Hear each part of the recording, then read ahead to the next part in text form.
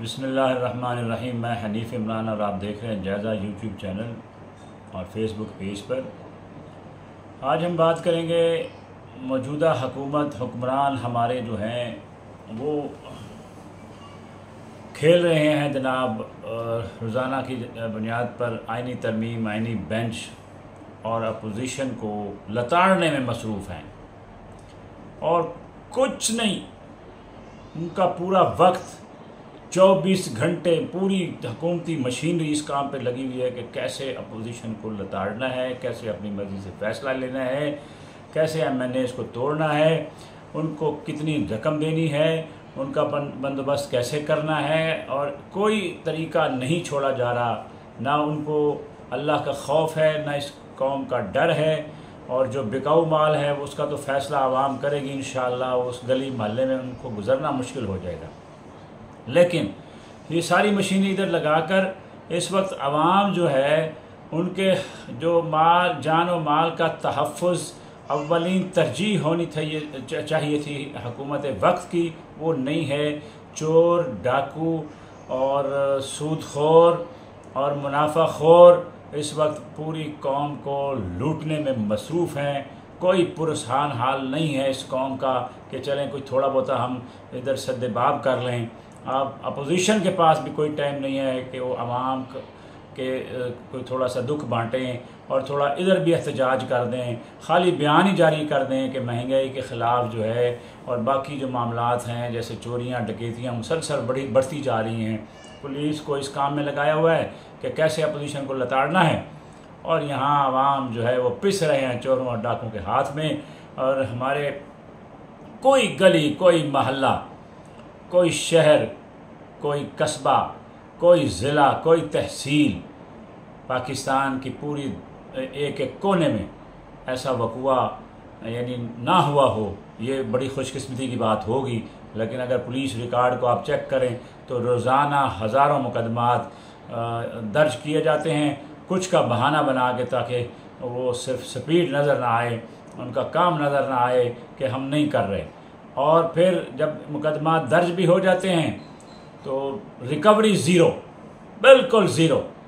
कोई शाद और नादिर, मतलब अगर कोई महीने बाद, 3 महीने बाद, 4 माह बाद एक प्रेस कॉन्फ्रेंस होती है, उसमें हज़ारों, जैसे तालीमी इदारे जो हैं जिनके पास हज़ारों की तादाद में तलबा होते हैं, तो 10 लोग, 4 लोग, 6 लोग उनका रिज़ल्ट आता है और उनके बड़े बड़े बोर्ड सज जाते हैं।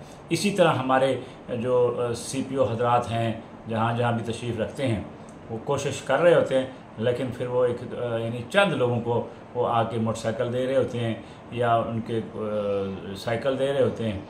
इतने तो मोटरसाइकिल की कीमत नहीं होती जितनी पुलिस उनसे रिश्वत बटोर लेती है। इस तरह का ये जो कारनामा सर अंजाम देने में भी उनको गिफ्ट यानी मिलता है। मैं समझता हूँ ये अल्लाह की तरफ से है, फिर भी कुछ ना कुछ मिल जाता है, लेकिन उससे कहीं ज़्यादा खर्च हो जाता है। ये लोगों की शिकायत हैं, ये वो शिकायत हैं जो ज़बान ज़द्द-ए-आम हैं। और मैं समझता हूँ मेहरबानी फरमा कर कुछ वक्त हुक्मरानों को, इदारों को, सरबराहान के साथ मीटिंग करनी चाहिए। ये मेरी तजवीज़ है। मेहरबानी करें, तनकीद के साथ थोड़ी सी तामीर भी सोचें और उनसे मीटिंग करें कि जनाब गली मोहल्ले में स्ट्रीट लाइट्स नहीं हैं लेकिन यूनियन काउंसिल्स मौजूद हैं और 2,60,000 रुपया सवाबदीदी फ़ंड उनके अकाउंट्स में आता है, वो कहाँ जाता है कोई पूछने वाला नहीं है।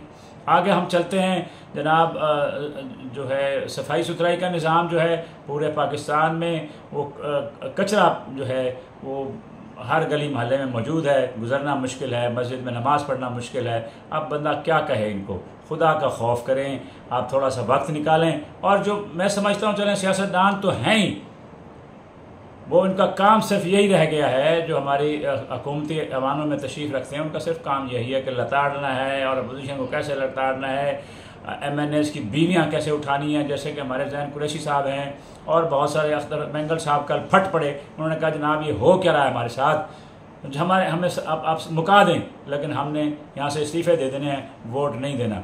जी और मर्द के बच्चे, मैं आपको सलाम करता हूँ, आपकी जुर्रत को सलाम करता हूँ। आप बलोच थे, आपने पूरी बलोच कौम का जो है एहतराम किया है और अल्लाह आपकी इस सोच को और आपकी उम्र को दराज करे।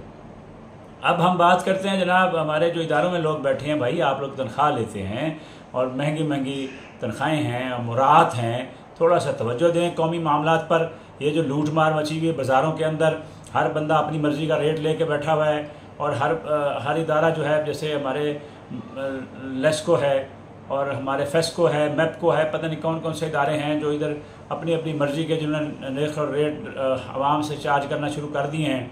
अब पहले 23 तारीख थी, अब चलें उसको 11 पे ले आएँ, वापस अपनी जगह ले आएँ, लेकिन बिजली महंगी वहीं की वहीं खड़ी है। 2 महीने का जो रिलीफ था सिर्फ 1.5 का था, कोई रियायत किसी को नहीं दी। अगर किसी के पास है तो मुझे आप मेरे प्रोग्राम के ज़रिए मुझे मैसेज करें, फिर मैं सलूट भी मारूं, शुक्रिया भी अदा करूं। कुछ ऐसा नहीं है, गरीबों पर टैक्स लगाए जा रहे हैं और काम का जो सिलसिला है वो इनका वतीरा जो है वही यही है कि बदस्तूर लूट मार का काम जारी है, सारी है। इसको कोई ना रोकने वाला है, ना टोकने वाला है, ना बोलने वाला है।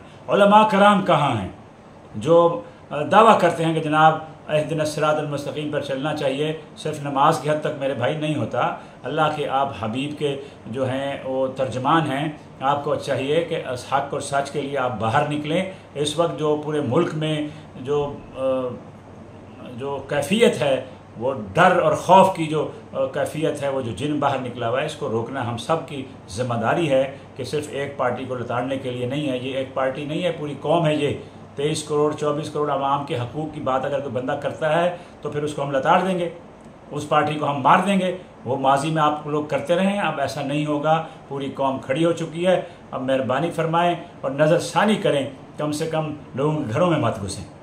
बहुत मेहरबानी होगी। ममा अलैना इल्लल बलाग।